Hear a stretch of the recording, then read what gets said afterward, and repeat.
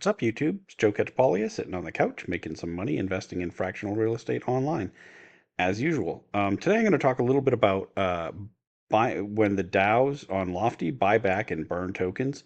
If you spent any time in the Lofty's Discord or even just owning certain properties, you've probably seen proposals that have to do with this. The DAO wants to buy tokens out of the liquidity pools and then burn those tokens, which just means destroy them, or take them out of circulation.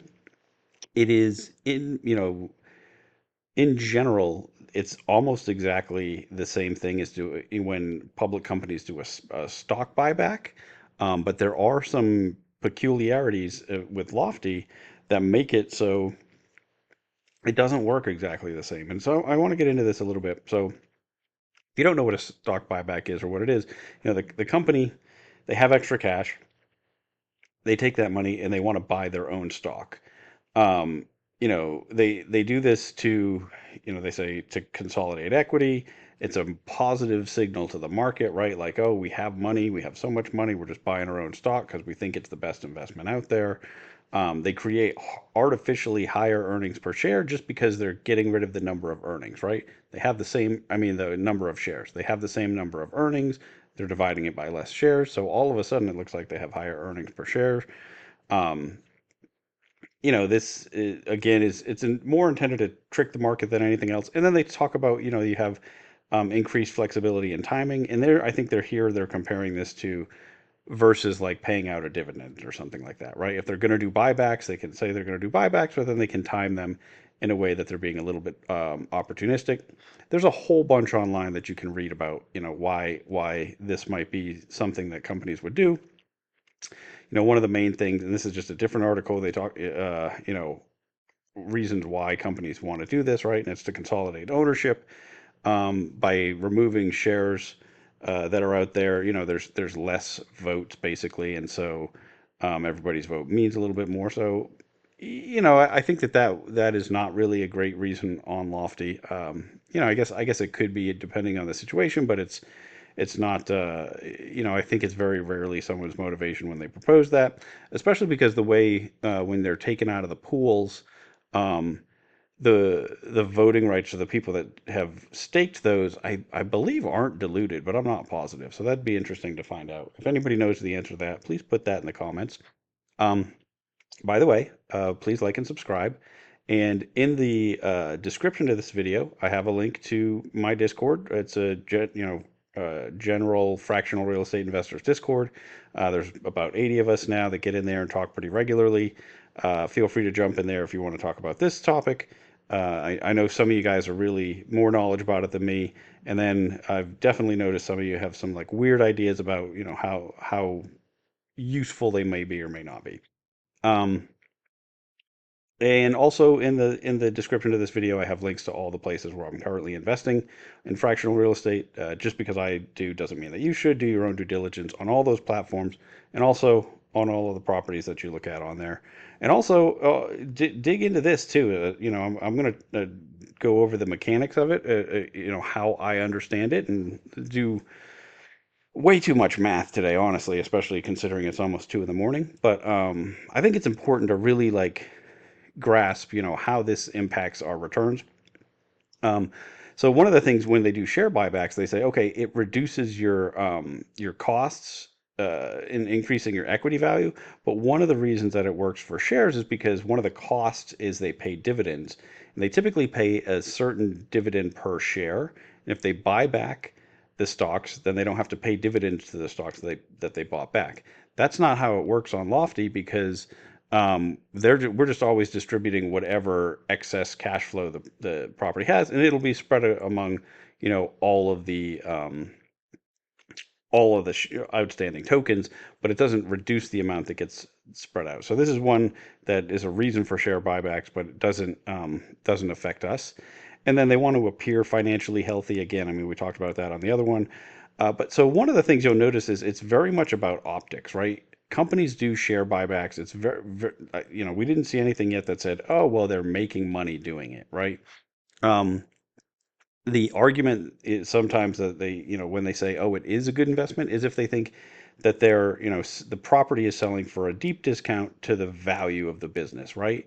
And then the actual benefit of it is equal to whatever the discount is you're getting on those shares relative to the business. But the reason that doesn't come into play nearly as much in the discussion about share buybacks is because um, the market's already valuing that business, and so the total market cap should equal, in theory, the value of the business. Now, it's not always, right? A lot of times you'll see um, property or businesses that are trading to a discount or a premium to their net asset value, meaning, if you look at all the assets in the company, it's worth more than what we're paying, what the market cap is, or vice versa.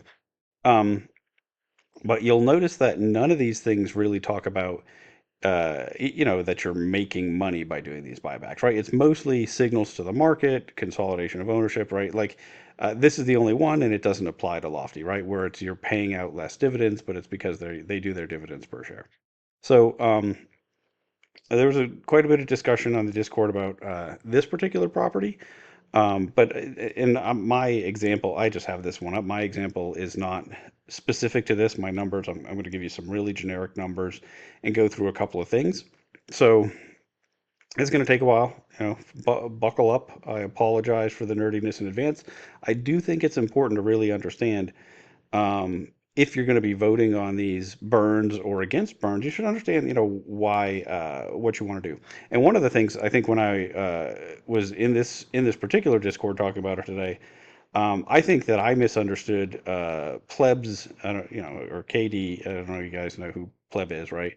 He's in there all the time, but I think I was misunderstanding what his the amount that he wanted to do. Because if you read his proposal, it initially sounds like he wants to buy back a ton. And because of certain ways that Lofty operates, it just wouldn't make any sense to do. But I want to dig into why that is, right? So but I'm not doing it. I'm just using very generic numbers. So let's say, okay, we have a property value is $80,000. We have an OR balance that's 10,000, and we have excess cash, right? And this is what we're talking about. What are we doing with this extra cash? This happens all the time for a number of different reasons. Maybe we've just built up more reserves than we need, and so we're going to distribute some. Maybe in this particular scenario, we were talking about selling a property off. I'm not covering that because I think that makes the math even more confusing, and it wasn't really what I had the issue with anyway. And so here we have a total asset value of $100,000, right? That's the $80,000 property, the 10,000 in the OR, the 10,000 in excess cash. If we have 2,000 tokens outstanding, the token value's $50 per token. And for the purposes of this first example, I'm assuming that the token value is the same as the token price, right? And um, as we get into further examples, I think it'll make more sense what I'm talking about. And so let's say on this one, in this scenario, we're getting $6,000 in rent annually. Your yield for that token is 6%. So, okay, we want to figure out what to do with this $10,000. We have two options. We can either buy tokens and burn them, or we can distribute those tokens and let people reinvest them how they see fit. In the scenario where you say buy and burn, right? Okay, so now we have $90,000 in total asset value because we spent 10,000. We bought 200 tokens, $50 per token, right? That's what I'm talking about right now, where there's not a discount. I'm going to go into some scenarios where there is discounts and show you how that really affects things. Um, and so so our token value after the fact is still $50 per token. We didn't create any value at all um, by by doing this, right? But we did increase our yield because our rent's the same, and we put some of that extra money to work, right, by buying back tokens. Um, if we distribute and reinvest, same thing, right? We just took that $10,000. It's no longer in the entity, so the total asset value goes down. Still have 2,000 shares though, because we didn't buy any back. And so now the shares are only worth $45 a share. If we were in a normal world where there were rational investors, you'd actually see a decline in the price. One of the things that in the short run we see often is when we distribute cash, we see a big pop in the price because Lofty shows that as an increase in in yield. And so in this scenario, you'd see the price go up. Now, also in this scenario, you'd see the price go up by buying those tokens because there's slippage. But we're going to get into that separately. Um, and so now we have $2,000 or 2,000 tokens at 45 a token, but it's still, we just have $90,000 in value, right? So nothing's changed again. Either way, if we distributed it all and it got reinvested somewhere elsewhere, um, your yield on your tokens, if in this scenario, if you read, and I'm going to get into it, it's going to be the same. So let's see. So we go down here, we have the base case, right? Where there's no reinvestments. We have the buyback and burn. And so you end up getting more rent per token than you did in the base case. And so you end up having the higher yield. If you do, oh, let me cancel that. If we're going to do the reinvestment scenario, so now we still have, so this is assuming we started with 100 tokens. Um, if we have, okay, wait, what did I do here? Yes, we still have 100 tokens in this scenario, um, but each token is getting more rent. That's the difference here. And each token is also the same, the value of each token hasn't changed because that money went out, so the total asset value went down. This is going to change once we see the discounts, but this is the base case, right? And so then, okay, what if we distributed that cash, but then this is reinvesting the money, but all the money at like token B, right? We're reinvesting it elsewhere. So I have three different scenarios. The first one is all the money from token A is going to a token that's exactly equal to B. So it could be buying tokens in A again, right? So we just took that money and reinvested it back in the same DAO, or one that's exactly the same as it, right? And in that scenario, where we get the same exact yield, right? So the buy and burn or the distribute and then reinvest in the same entity gives you the same exact blended or the same exact yield. And I have blended because I've these other two scenarios. But there's also the situation where, okay, we had 100 tokens, so we got $500 or $500 in cash. That's what we're reinvesting in this scenario. If we had a property that we could have, find a higher yield in, right, 15 or 20%, then our blended scenario on the whole thing, just by reinvesting that little bit of cash, gives us a much or a significantly higher yield, right? I mean, like we're talking about, this is 33% higher than our base case, and it's not quite that much higher than the buy and burn, but it is significantly higher, right? And so, do these 20% yields really exist in a way that they're durable? Maybe not, but the 15s I think do all day long. I mean, whether where you put that, even if you put it on Mogul, if you put it, there's a lot of places where we're getting 15% returns. At least in my mind, they seem like they're going to be pretty consistent. Now, obviously, wherever you put it, you want to do your own due diligence on that platform and that property. If it's another token on Lofty, you want to really dig into it, because a lot of them that say they're giving you this high return are not really. But then a lot of them are giving you much better returns than that if you're getting in and out of them properly, if you're buying them at the right discount and whatnot. But so, okay, now we have to look at, well, what if the token's actually trading at a discount to the net asset value? And so this is, if we add this all up, the property's worth 100,000, but the token price is currently at $30, right? And so we see this all the time. I actually don't think that's exactly the discount that's going on here. Again, I mean, I'm just trying to do this in very general terms. And I actually wrote 60%. Yeah, 60% NAV discount. This should say 40. I don't know why that's. You're getting it at 60% of the NAV, but the discount is 40%. So, right, $30 out of 50. 50 is the actual value in this scenario. And so when you do this, because you're buying those tokens at a discount from what they're really worth, you are making money by doing that. And by the DAO doing that with all of them and as a lump sum. Um, oh wait, why are we? Let's see. Yeah, but so in general, again, like when you look at the whole thing, you're at your yield ends up being the same.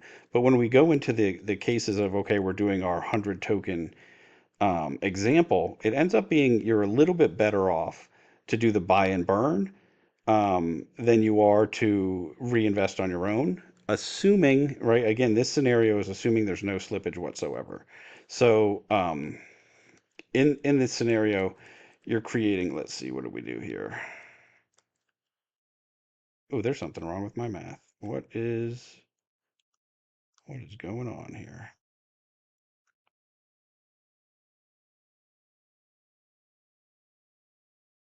What am I doing? Oh, I see. Okay, just this one, I'm doing my yield on this, but it really should be my yield on oh, let's see. This should just be my yield on my investment, right? Because I did, on the current value. So it's 10. That's why it looks so crazy low. Um, it's 10. That makes sense. Sorry about that. Uh, I just put this together this evening, so if you see some errors in it, definitely point them out because it works basically the way I think, but it's a little bit counterintuitive to have these be a tiny bit off. But so anyway, uh, so you have 100 tokens now because we got to, in this scenario, we burned 333 tokens. That means you divide the $90,000 by the remaining tokens, and then each token is worth about $54. But this is one of the things that I think that a lot of people miss, right? Is like, yes, we're getting a bigger percent of that real value, but it shouldn't change the net asset value that we see. So like right now, in general, people are purchasing that property at a certain discount from what they think the real world value is.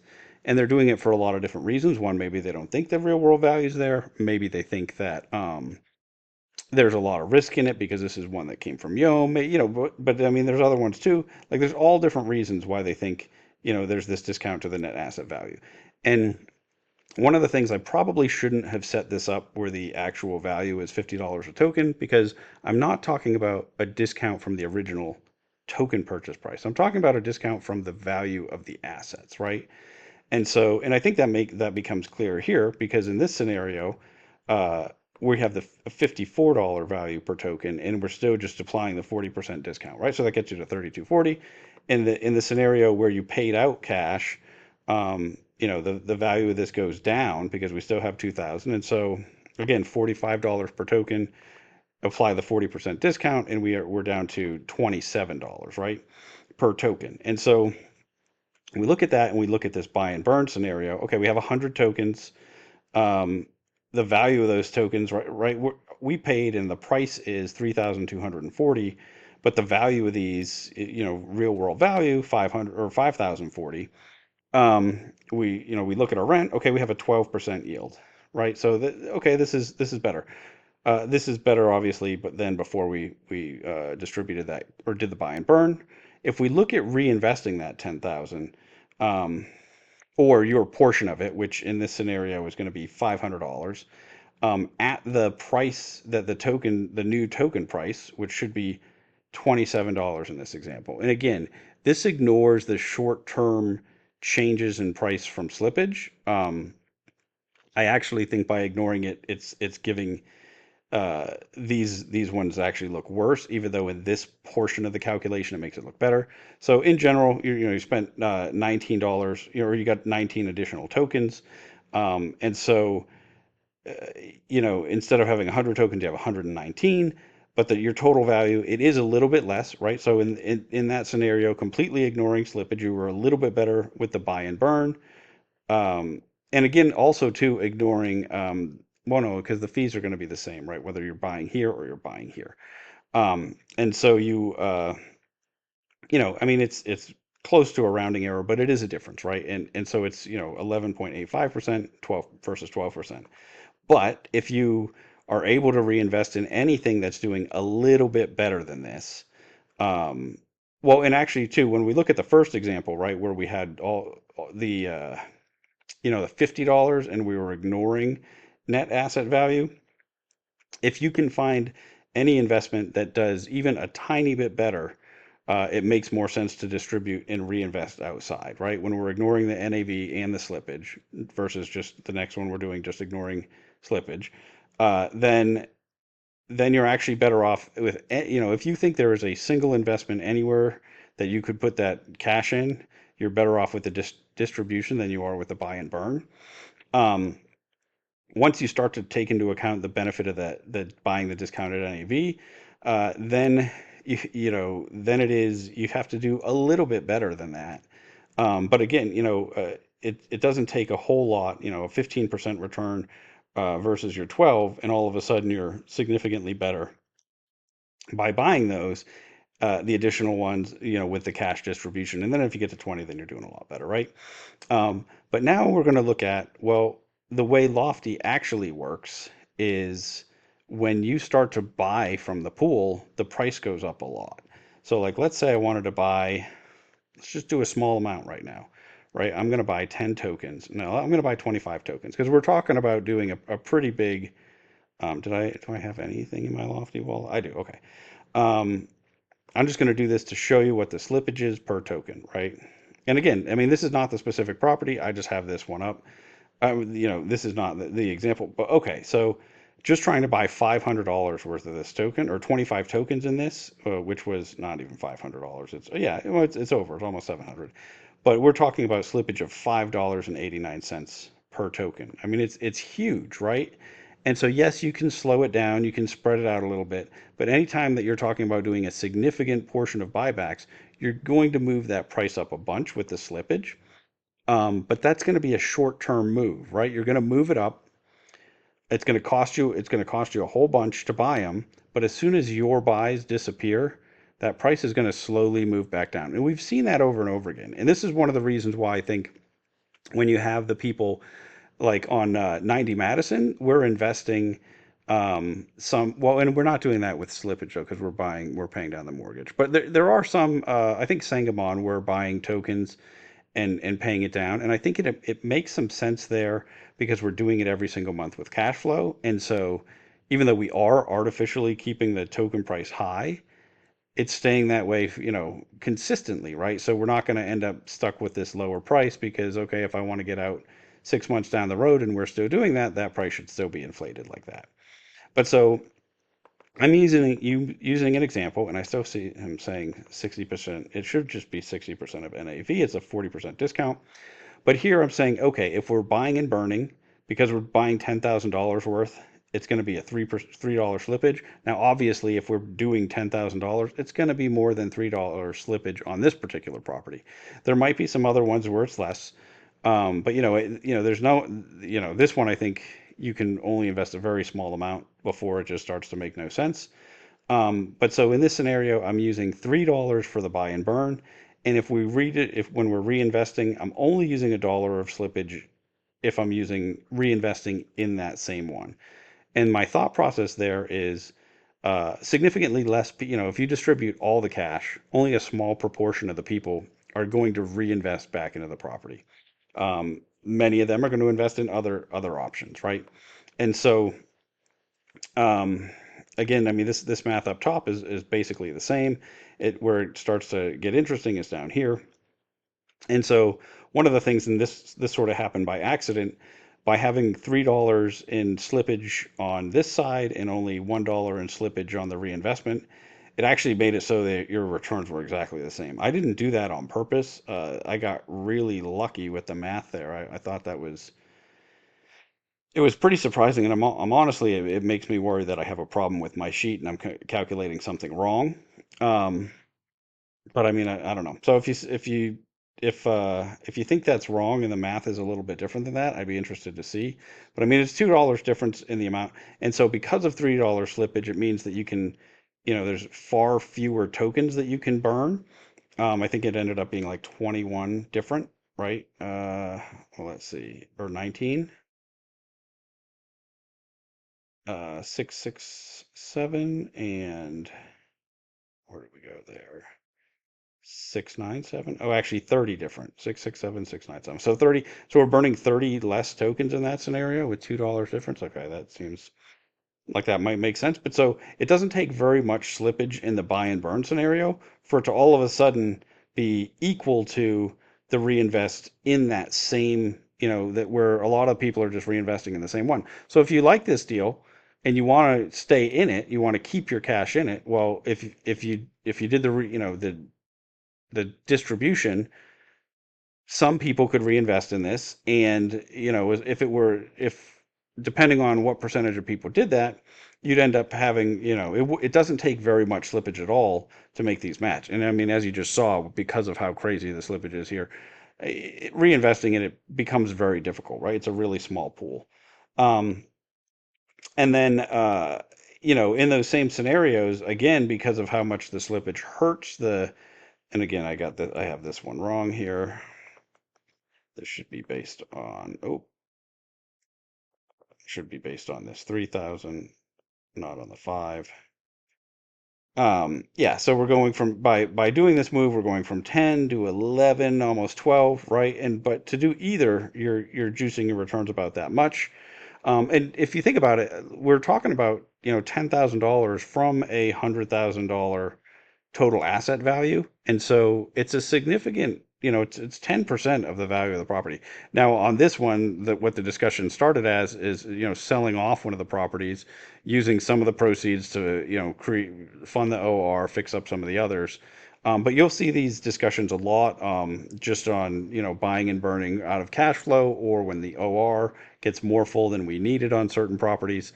Um, and in those scenarios, when it's small amounts of money and it's enough that it's not really just messing with the price, I'm perfectly happy with it.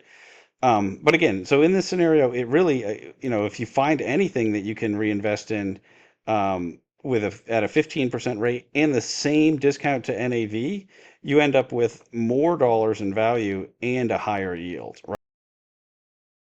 Sorry about that. My computer just froze real quick. But that was the only point I was making, right? It doesn't take very much of a better investment to make it so, you really should just be, distributing that cash and reinvesting elsewhere. The only scenario where this buy and burn makes a lot of sense, especially if it's going to create any slippage at all, is if you think that this particular DAO is the absolute best investment on the platform. If not, if you have extra cash there, moving it and reallocating it somewhere where you do have a better opportunity just makes a lot of sense, right? And then on top of that, because we see the slippage can be $5, 10, if I tried to do $1,000 in this one earlier, and it was a $10 in slippage, right? I mean, it's just absolutely absurd. And so yes, you can buy a little and then wait, and buy a little and then wait. But then you're counting on other people to sell into that. And so if that's what's happening, it's because there's people that own this and would have rather had cash, right? And if that's the case, you're actually just paying lofty fees twice, because we're buying into it and moving the price up. And then the people that want to cash out are having to sell into that higher price, and it moves the cash down. Both of us are paying fees versus just paying the fees once. And so, it really doesn't make a lot of sense because of how each purchase can move that market price so much. There are a few reasons that I think it does make sense, right? Like I said, if you're doing it on a programmatic basis, um, you think that the property is, continually undervalued, and by buying those back, you're moving the price up, but you're able to do it out of cash flow. And so, it's constant, and over time, it is, boosting your yield, not relative to if you just reinvested those dollars, but just overall. And I think that, for the most part, the people that are very pro, using this buy and burn tactic, what most of them are doing is taking advantage of the fact that the lofty market is so inefficient. When that yield goes up, prices pop. And so a lot of times people will jump into one of these DAOs that has a pretty high amount of cash. They vote to distribute it. The price goes way up, they sell out, right? And they're just doing it as a way to create trading opportunities for themselves.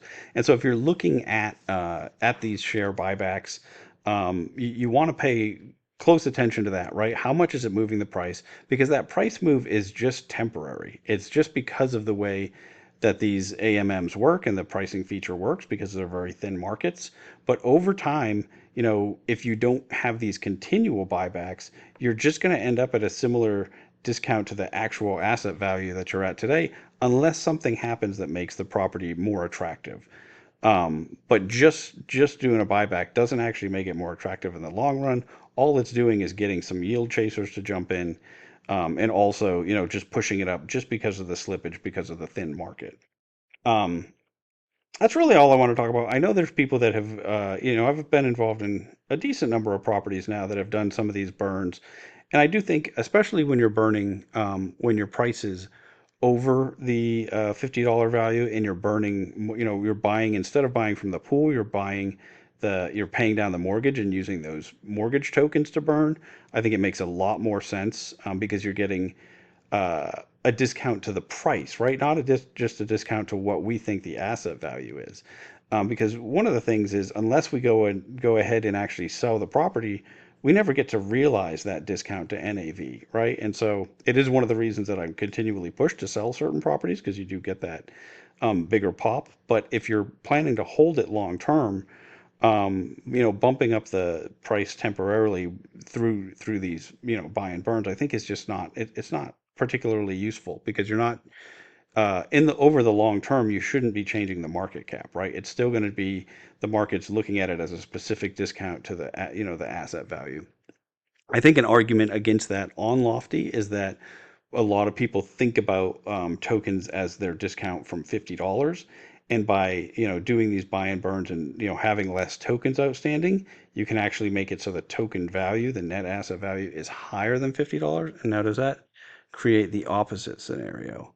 Uh, yeah, actually, that makes it worse, because then then you're talking about a discount from a higher number, but a lot of people are just looking at what discount is this from the $50. So that's actually another reason to just not do it. I don't know. Overall, I think it's a tool that, like, it works really well for people like me who are in and out of properties very quickly. If I have a property that I've already seen a little bit of an increase in, and I'm, already getting ready to sell it for a profit, and it has some operating reserve, it's fantastic if people want to sell that, and then I'm out of it and I've made a bunch of money, right?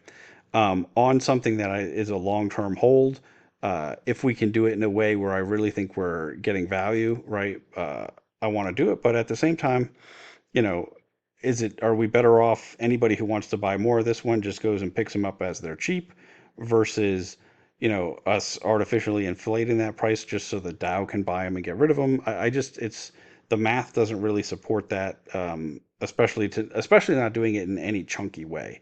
I mean, if you're doing it like I said, I mean, if you're doing it in a monthly burn of a certain amount of cash flow, or every time the OR builds up, you're paying out, every time. Some of the DAOs have, like, every time there's $500 in excess OR, they start to distribute that, or 1,000 or three, whatever the number is. Um, and actually, I think those make a lot more sense than doing, like, different one-time ones that are not going to work as well. And in the scenarios like that, where if you have a bigger chunk of cash that you're going to pay out, um, I think it's almost always going to just benefit the owners a lot more to just let them reinvest it elsewhere. And some of them will reinvest in that property, but they won't have nearly as much slippage, because not everybody is going to reinvest in that property. Um, I think that's really all I wanted to say about that. One last thing, I guess, is that slippage like this makes Lofty so difficult to put any real amount of money in, right? Like, I've talked a lot about, how I've been experimenting on the site and just putting a little bit more. But it is, once you get past a certain amount of money, like, the fact that 25 tokens moves this price 30%, we're with a total investment of less than $700. It's what makes it very difficult. Like, it's really easy to get extremely high returns on this platform if when you're using a relatively small amount of money. But the more that you put on, especially in any one property, the more you're really just killing your returns by buying up the price. And the same thing happens on the way down when you're trying to sell.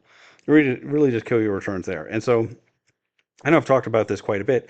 I don't really love most of the assets on the platform for long-term holds, and I have a lot of fun doing this short-term and mid-term trading, and have been getting very good, annualized returns on that, and even just straight ROI, very good. But actual pure dollar amounts have been very small, because the more that you put into any one of these, the more you're just forcing up your own price. And it turns into a scenario where, um, I'm just not sure if the platform makes sense for somebody who has, you know, Even like three or four, or, if you're putting a couple $100,000 to work on this platform, you're just gonna you can't use it like this, right? I mean, you might play around a little bit on the margins, but mostly you need to find something that is a good long-term hold. And unfortunately, any of the ones that I think are actually decent long-term holds, you're paying what I think is kind of a ridiculous premium for. So I think part of this gets solved as Lofty grows, right? If there were 1,000 or 10,000 properties on this platform, well, then I could do this all day long with a whole bunch of different properties. It would get really cumbersome to dig into each one, but I think the amount of time relative to the dollars would make sense for most people. Um, that's all I really wanted to say about that. Please tickle the like button, and also let me know if you've had a lot of experience with DAOs that are doing token buybacks and burns. I think I keep saying share, but it's tokens, right? Let me know how that's worked out for you. If you have any examples of where you did a one-time burn and you moved the price up and it didn't go back down, I'd be kind of interested to see that because it doesn't make a lot of sense if that's the case. I mean, it should move the price up a specific amount, but it shouldn't. If it moved your market cap up a certain, enough, a large amount, and it didn't go down, that's what I actually want to see, right? Not the token price, because obviously the token price goes up. And that's where I think that these things get sort of confused in a lot of people's minds, and even when I'm just talking about it, I do the same thing, right?